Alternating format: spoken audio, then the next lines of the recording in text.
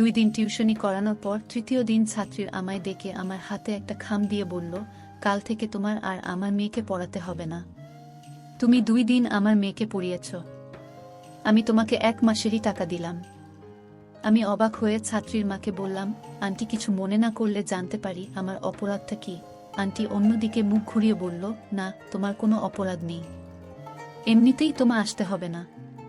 আমি তখন ছাত্রীর মাকে বললাম, আন্টি আমি আপনার মেয়েকে 1 মাস পড়াই, তারপর যদি আপনার মনে হয় আমি আপনার মেয়েকে ঠিক মতো পড়াতে পারছি না, তখন না হয় আমাকে বাদ দিয়ে দিবেন, আমার আপত্তি থাকবে না।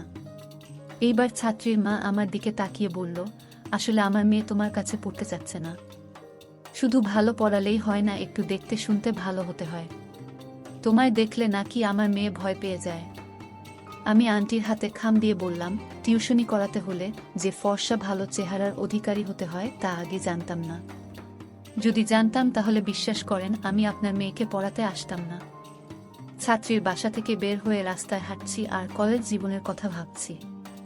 কলেজে একবার একটা অনুষ্ঠানের উপস্থাপনার জন্য স্যার ভালো একজন উপস্থাপক খুঁজছিলেন। আমি সবার সামনে হাত তুলে বলেছিলাম, স্যার আমি ভালো উপস্থাপনা করতে পারি। স্কুলে পড়ার সময় বিভিন্ন অনুষ্ঠানে আমি উপস্থাপনা করতাম। স্যার আমার ভালো করে দেখে হাসতে হাসতে বলেছিল, তোর মতো কাওয়া কাক যে উপস্থাপনা করে তাহলে অনুষ্ঠানে যে কয়জন মানুষ আসবে সেই মানুষগুলো পালাবে। স্যারের এই এক কথাতে রাতারাতি আমার নাম আবুল বাশার পিয়াস থেকে কাওয়া বাশার পিয়াস হয়ে গিয়েছিল। তখন আর কেউ আমায় আবুল বাশার পিয়াস নামে চিনত না, সবাই চিনত কাওয়া পিয়াস নামে।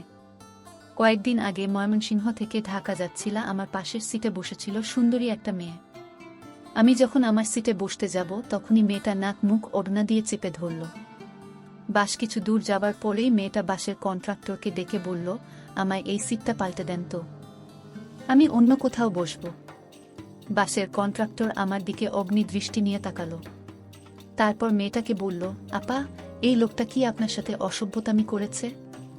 যদি কোনোরকম কিছু করে থাকে তাহলে বলেন, আমি এখনই লোকটাকে বাস থেকে নামিয়ে দিতেছি। কন্ট্রাক্টরের মুখ থেকে এমন কথা শুনে বাসের অন্য সব যাত্রীরা আমার উপর ক্ষেপে উঠল। একজন লোক চিৎকার করে বলল, অবশ্যই নোংরামি করেছে, তা না হলে আপা সিট ছেড়ে উঠতে যাবে কেন? এক ভদ্রমহিলা মুখ বাঁকিয়ে বলল, চেহারা দেখেই বোঝা যায় বদমাইশ টাইপা এইসব কুলাঙ্গারদের জন্য মেয়েদের রাস্তাঘাটে চলাচলই এখন দায় হয়ে পড়েছে। এমন একটা অবস্থা হয়ে পড়েছিল যে বাসের সবাই মিলে এখন আমায় মারতে আসবে। আমি বহু কষ্টে সবাইকে থামিয়ে দিয়ে মেয়েটাকে বললাম, আপনি আমার ছোট বোনের মতো, আমি কি আপনার সাথে কোনো নোংরামি করেছি? মেয়েটা মাথা নিচু করে বলল, না। আমি তখন বাসের যাত্রীদের বললাম, ভাই আমার অপরাধ কি জানেন? আমার অপরাধ হলো আমি দেখতে কালো। আপনাদের মতো সাদা চামড়ার কিছু মানুষ মনে করে আমাদের মতো কালো মানুষের গা থেকে গন্ধ বের হয়। আপনাদের ধারণা পৃথিবীর সমস্ত খারাপ মানুষ কালোই হয়।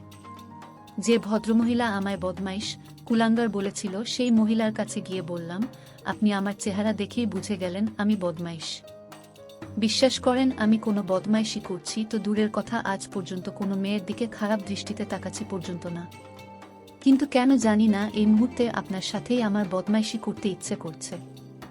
নিউ মার্কেট এসেছিলাম কিছু শপিং করতে। এমন সময় আমার রুমমেট রাকিব ফোন দিয়ে বলল, মেসে আসার সময় দোকান থেকে আমার জন্য একটা ফেয়ার অ্যান্ড হ্যান্ডসাম ক্রিম নিয়ে আসিস তো, আমি তোকে পরে টাকা দিয়ে দিব। রাকিবের কথা মতন কসমেটিক্সের দোকানে গিয়ে ক্রিমের কথা বলতেই দোকানের ছেলেটা আমায় দেখে মুচকি হাসল। তারপর আমার হাতে ক্রিমটা দিতে দিতে বলল, শুধু শুধু ভাই টাকাগুলো জ্বলে ফেলবেন।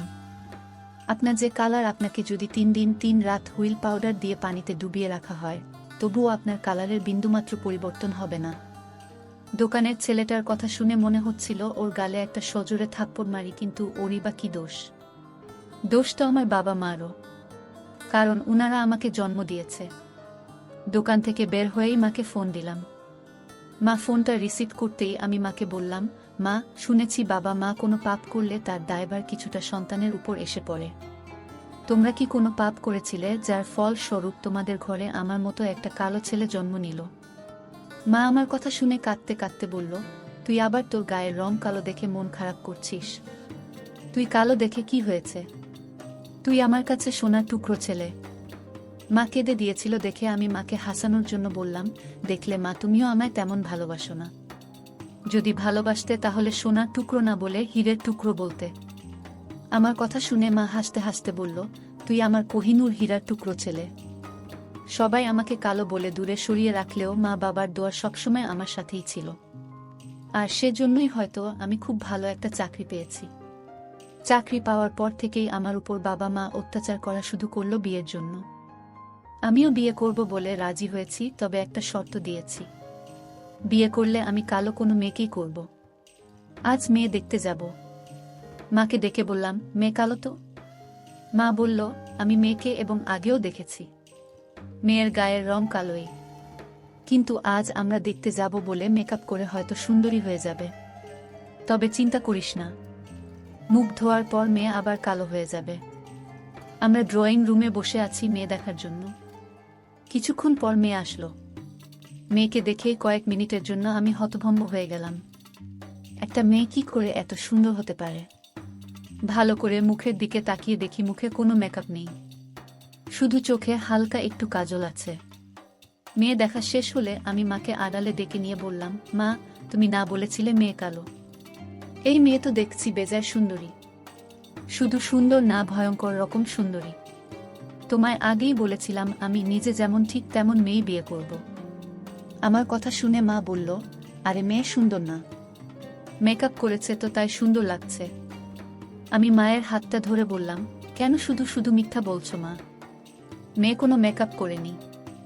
এত সুন্দর একটা মেয়ে, হয়তো ও চাইবে ওর হাজবেন্ড যেন খুব সুদর্শন হয়। আমার সাথে বিয়ে হলে দেখা যাবে মেয়েটার লাইফটাই নষ্ট হয়ে গেছে। আমার সাথে একটা সেলফি তুলতে পারবে না, বান্ধবীদের সাথে পরিচয় করিয়ে দিতে লজ্জ পাবে, একসাথে ঘুরতে লজ্জা পাবে। আমার কথা শুনে মা কাঁদতে কাঁদতে বলল, তুই কালো হয়েছিস দেখে কি একটা সুন্দরী মেয়ে বিয়ে করতে পারবি না? আমি মাকে জড়িয়ে ধরে বললাম, না, পারি না মা। একটা সুন্দরী মেয়ে কখনোই একটা কালো ছেলেকে বিয়ে করতে চায় না। যদি কখনো বিয়ে করতে রাজি হয় তাহলে ভেবে নিবে হয় মেয়ে বাবা মায়ের চাপে বিয়ে করতে রাজি হয়েছে, নয়তো কালো ছেলেটার খুব ভালো ক্যারিয়ার আছে সেজন্য রাজি হয়েছে। দুপুরে অফিসে বসে কাজ করছি, এমন সময় একটা অচেনা নাম্বার থেকে কল আসলো। আমি ফোনটা রিসিভ করতেই অপর প্রান্ত থেকে একটা মেয়ে বলল, আমি শ্রাবণী।